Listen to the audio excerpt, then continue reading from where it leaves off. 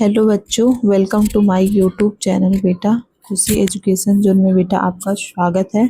तो बेटा आपके एग्ज़ाम में कथा भारती के आधार पर आपके एग्ज़ाम में प्रश्नोत्तर पूछेगा। ध्रुव यात्रा भी पूछ सकता है, पंचलाइट भी पूछ सकता है, बहादुर भी पूछ सकता है। तो बेटा पिछले वीडियो में मैंने ध्रुव यात्रा के बारे में कहानी के बारे में बताया था। ध्रुव यात्रा क्या है, कैसे है, कहानी का पूरा सब कुछ कहानी बताया। आज मैं पंचलाइट कहानी के बारे में डिस्कस करूंगी, जो आपके बोर्ड एग्जाम के लिए बहुत ही महत्वपूर्ण है। 5 नंबर का आता है, 80 शब्दों में लिखना होता है, जो कि ये मतलब हर साल आता ही आता है। इसलिए बेटा ज़रूर आप इसको तैयार करके जाइएगा, आपकी बोर्ड एग्ज़ाम के लिए बहुत ही ज़रूरी है।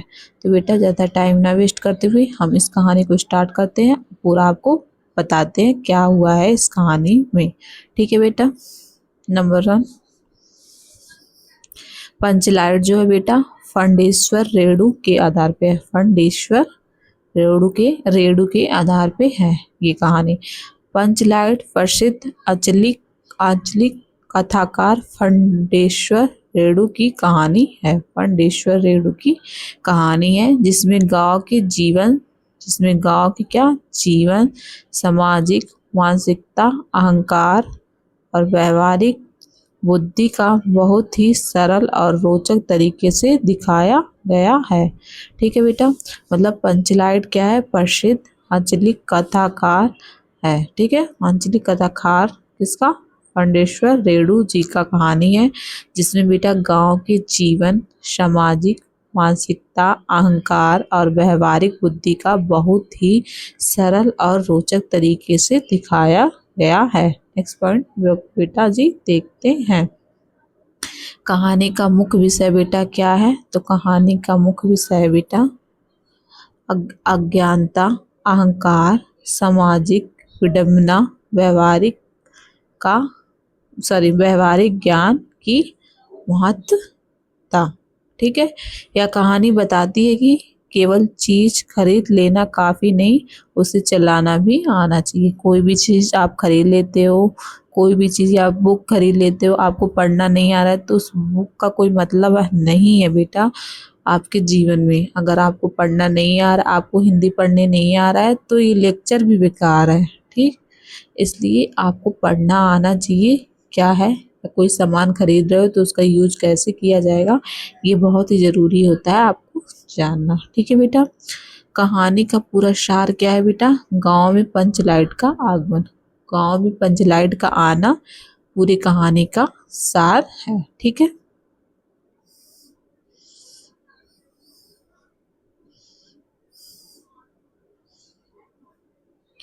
एक गांव में पहली बार पंचलाइट को क्या कहते हैं शुद्ध मतलब भाषा में, मतलब एक नॉर्मल लैंग्वेज में लालटेन जो होता है गांव में जलाया जाता है, लालटेन और मिट्टी का तेल डाल के वही होता है। ठीक है। तो एक गांव में पहली बार पंचलाइट खरीदी जाती है, गांव वाले बहुत खुश होते हैं। ठीक है, गांव वाले क्या होते हैं, बहुत खुश होते हैं।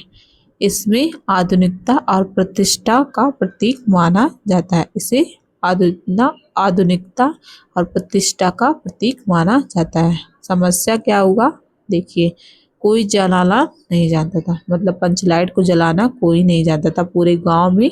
बेटा पंचलाइट को जलाना कोई नहीं जानता था कि कैसे उसे जलाया जाएगा। सब लोग इकट्ठा होते हैं, सब लोग एकत्रित हो जाते हैं एक जगह पे। ठीक, लेकिन किसी को भी पंचलाइट जलाने नहीं आती, किसी को पंचलाइट जलाने, लैंटेन जलाने नहीं आती है। पूरे गांव की बात कर रहे हैं। ठीक है बेटा। यहाँ से कहानी में हास्य और वैक शुरू होता है। मतलब हास्य मतलब होता है खुशी का भाव। ठीक है, शुरू होता है। खुशी और परेशान होते हैं कि कैसे लाइट जलाया जाएगा। ठीक है बेटा, लालटेन कैसे जलाया जाएगा। तीसरा पॉइंट आता है बेटा गोधन का महत्व। गोधन का महत्व क्या है, इस कहानी में गोधन का महत्व क्या है। तो गोधन का महत्व बेटा है, गांव में एक लड़का था गोधन।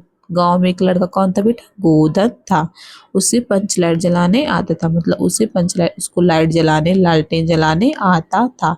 लेकिन गांव वालों ने उसे पहले अपमानित किया था। गांव वालों ने उन्हें पहले अपमानित, किसको? गोधन को अपमानित कर दिया था। इसलिए उसे बुलाने में झिझक होती थी। जब किसी को आप अपमानित कर देते हो तो उनसे बोलना, बात करना में हिचकिचाहट होती है।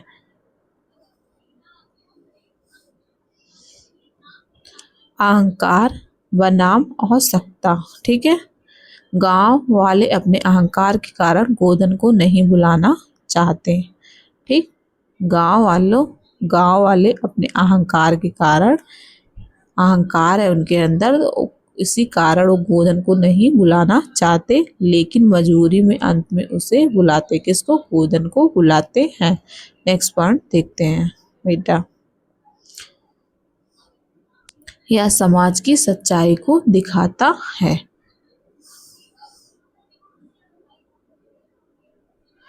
समाधान, पंचलाइट जलती है, गोधन आता है और आसानी से पंचलाइट जला देता है। ठीक है, गोधन आता है और पंचलाइट को जला देता है।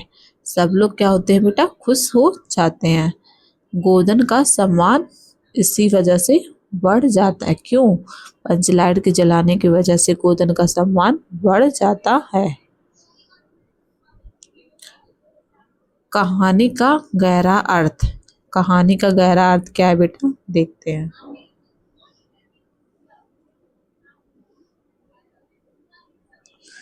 व्यवहारिक ज्ञान की महत्वता। किताबों का ज्ञान नहीं, काम का ज्ञान जरूरी होता है। हमेशा किताब का ज्ञान नहीं काम आता है, काम का भी ज्ञान जरूरी होता है। आप कार्य कैसे कर रहे हो। अहंकार की हार। अंत में क्या होता है बेटा? अहंकार झुक जाता है। सबका, गांव वालों का अहंकार झुक जाता है। सामाजिक वैर। गांव के लोग दिखावा करते हैं लेकिन असल में अज्ञानी होते हैं। उन्हें बस दिखावा करने आता है। गांव वाले लोग को, उन्हें नॉलेज, जानकारी नहीं होता है क्या कैसे किया जाएगा। सामान तो ले आते हैं, उनका प्रयोग नहीं कर पाते हैं। उन्हें असल में अज्ञानी होते हैं, उन्हें जानकारी नहीं होता है कैसे क्या कार्य करना है, कौन सा। ओके बेटा, नेक्स्ट पॉइंट देखते हैं।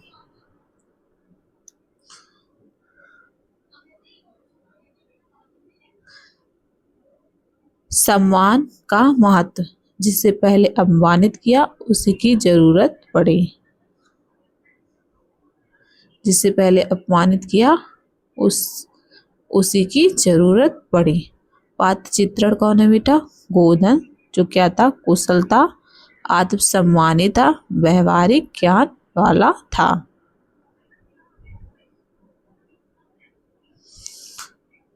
गांव वाले क्या थे बेटा? अहंकारी थे, दिखावा करने वाले, लेकिन अंत में समझदार बनते हैं। गांव वाले क्या थे? अहंकारी थे, दिखावा करने वाले, लेकिन अंत में समझदार बनते हैं। लेखक की शैली क्या है? आंचलिक भाषा, गांव की बोली। ठीक है बेटा। हास्य और व्यंग।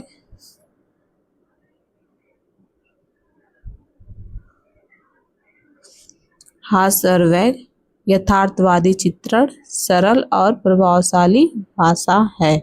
लेखक की शैली क्या है? आंचलिक भाषा, मतलब गांव की भाषा है, गांव की बोली है।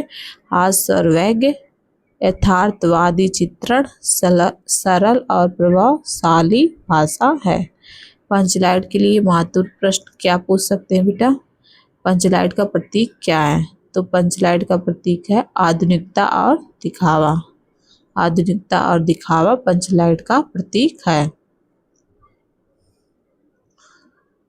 गोधन का चित्रण कैसा है? तो गोधन का चरित्र कैसा है? सॉरी, गोधन का चरित्र कैसा है? तो आत्मसम्मानी और कुशल है। गोधन का चरित्र कैसा है? आत्मसम्मानी और कुशल है। कहानी का मुख्य संदेश क्या है? तो कहानी का मुख्य संदेश बेटा क्या है? व्यवहारिक ज्ञान और विनम्रता जरूरी है। ठीक है। पंचलाइट कहानी। पंचलाइट कहानी में फंडेश्वर रेणु ने गांव के जीवन और सामाजिक मानसिकता का चित्रण किया है। पंचलाइट कहानी में फंडेश्वर नाथ रेणु ने गांव के जीवन और सामाजिक मानसिकता का चित्रण किया है। इसमें दिखाया गया है कि गांव वाले पंचलाइट तो खरीद लेते हैं लेकिन उसे जलाना नहीं जानते। अंत में गोधन, जिसे वे पहले अपमानित कर चुके थे, उसी से पंचलाइट जलवाते हैं। यह कहानी सिखाता है बेटा कि अहंकार छोड़कर ज्ञान और कुशलता का सम्मान करना चाहिए। हमें ज्ञान और कुशलता का सम्मान करना चाहिए। निष्कर्ष क्या है बेटा इस कहानी का? तो इस कहानी का निष्कर्ष है बेटा, पंचलाइट हमें सिखाती है कि असली सम्मान ज्ञान और कौशल का होता है, ना कि दिखावे का। हमें दिखावे से कोई मतलब नहीं होता है। असली सम्मान वही होता है जो हमारे अंदर है, जो हमारे अंदर गुण है, वही असली सम्मान है। जो हम दूसरे के सामने प्रस्तुत कर रहे हैं, अपने आप को दिखा रहे हैं कि मैं इस लायक हूँ, वही आत्मसम्मान है, वही आपको आगे बढ़ाएगा जीवन में, ना कि दिखावा करना। ठीक है बेटा, थैंक यू सो मच बच्चों।